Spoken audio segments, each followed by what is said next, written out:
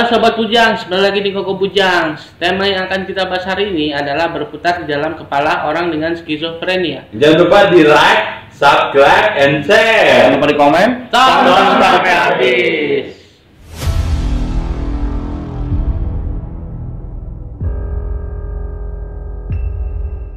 Kita masuk ke bab pertamanya aja yuk, bareng-bareng.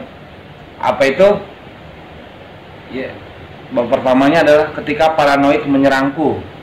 Teman-teman ada yang pernah ngalamin nggak paranoid, diserang rasa paranoid?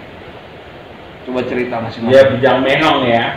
Pertama kali kena serangan itu skizofrenia paranoid, waham dengan suara gitu. Dibawa ke rumah sakit, konsul, katanya aku skizofrenia paranoid. Tapi kesini bergeser jadi afektif gitu. Nyata muncul gejala bipolarnya gitu. Jadi skizoafektif gitu. Tadinya skizofrenia paranoid, tapi kesininya munculnya afektif gitu.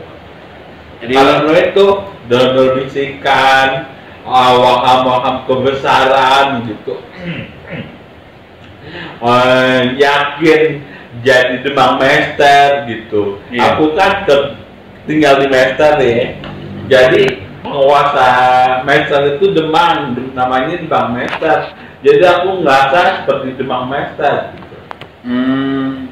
Akhirnya karena pertama kali kena serangan itu ngamuk-ngamuk kan di rumahan, diikat, dibawa ke rumah sakit, disuntik, sadar-sadar di bangsal psikiatri, bangsal psikiatri. Jadi itu yang lo alamin ya? Iya. Paranoidnya ya. Gimana nih kalau masih ada tambahan nggak? Udah ya. Gimana nih kalau Bujang Aki pernah ngerasain paranoid nggak? Paranoid sih, kalau waham curiga tuh termasuk paranoid nggak sih? Masuk ya? Iya gitu. Gue curiga kalau orang-orang sekitar gue pengen celakakan gue gitu dengan segala upaya yang mereka lakukan gitu. Jadi gue curiganya di situ mulu kalau lagi ngumpul sama orang gitu. Gue takut apa yang gue omongin tuh direkam gitu, terus di share gitu. Itu sih yang gue takutin sih. Oh, takut lo kena masalah gitu ya? Iya gitu, takut kena masalah. Oke.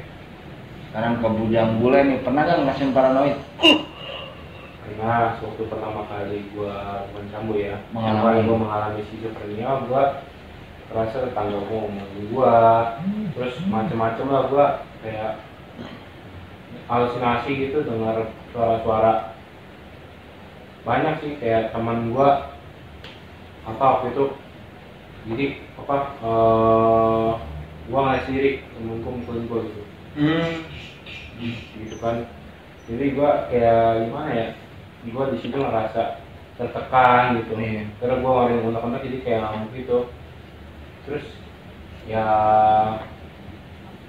kalau waham sih kayaknya gak begitu ini sih ya, Nggak begitu ada ya? waham sih biasanya gua jadi gua ngerasa ya orang terkenal gitu kan, gua bisa mungkin pacarin artis gitu kan, Punya kemampuan lah ya? kayak gitu. Ada tambahan?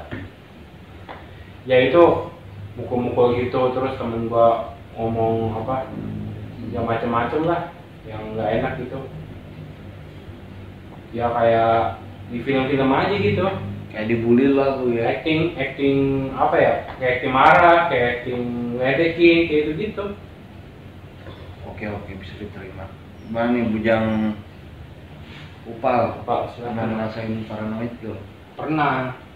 Jadi waktu serangan pertama itu di 2008, gue ngerasa kalau diri gue tuh intel gitu. Jadi gue intel, gue nyimpen rahasia besar negara nih, gue pikiran gue waktu itu. Terus karena itu gue jadi ngerasa, karena gue ngerasa intel itu, jadi gue ngerasa kalau semua orang pengen bunuh gue karena gue nyimpen rahasia besar negara. Jadi orang-orang itu pada pengen tahu rahasia itu gitu. Jadi semua orang ngejar gue pikirannya waktu itu begitu.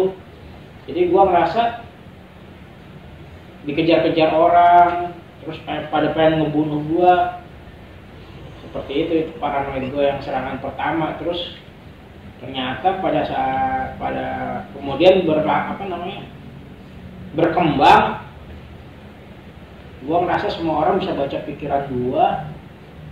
Terus mereka nggak suka sama gue. Itu yang gue pikirin waktu itu aja sih. Oke, bisa diterima. Gimana nih Bujang Santuy ini, pernah ngerasain paranoid gak? Ketika paranoid menyerangku, terapi aku pada gangguan ini perlu dilihat masa lalu, kemarahan penderita sebagai dasar menciptakan hubungan interpersonal yang baik, kemudian membantu mengontrol kecemasan penderita dan memperbaiki kemampuan hubungan interpersonalnya.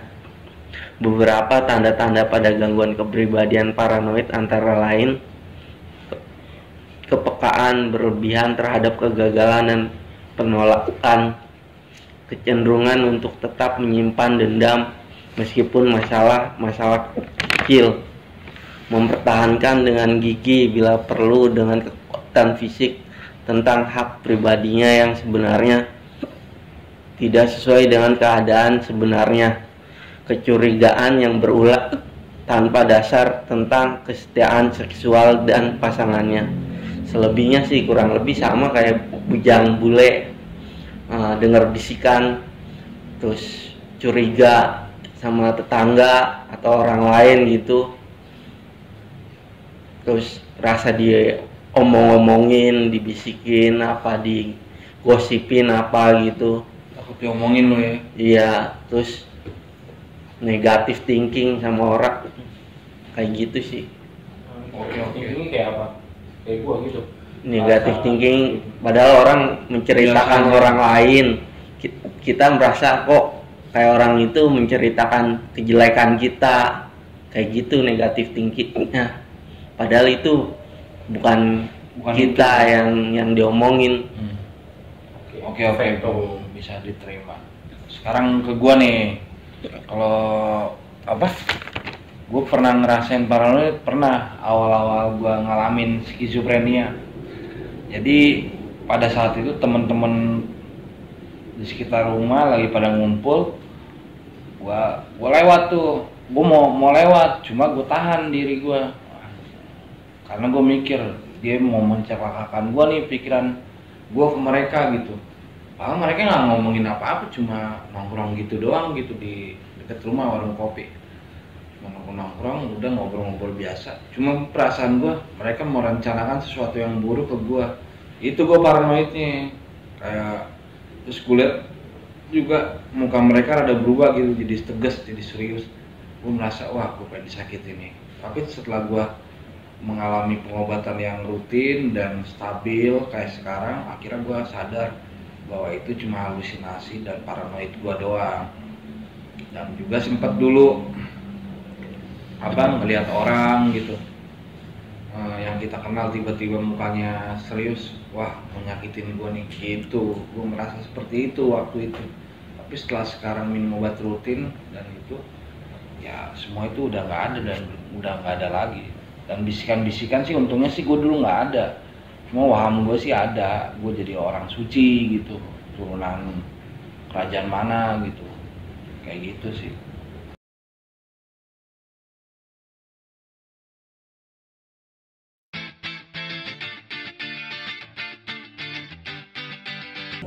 Hai Sobat Beli Jiwa, saya Patrick, anggota KPSI, ingin menawarkan kaos KPSI dengan ukuran S sampai XXL. Kalian yang ingin memesan kaos KPSI ini bisa melalui Tokopedia di Galeri KPSI dan bisa menghubungi kontak saya yakni 0877 8564 1902. Ya, kaosnya yakni seperti ini. Kalian bisa mendonasikan untuk KPSI untuk bertahan di link ini. Sampai jumpa.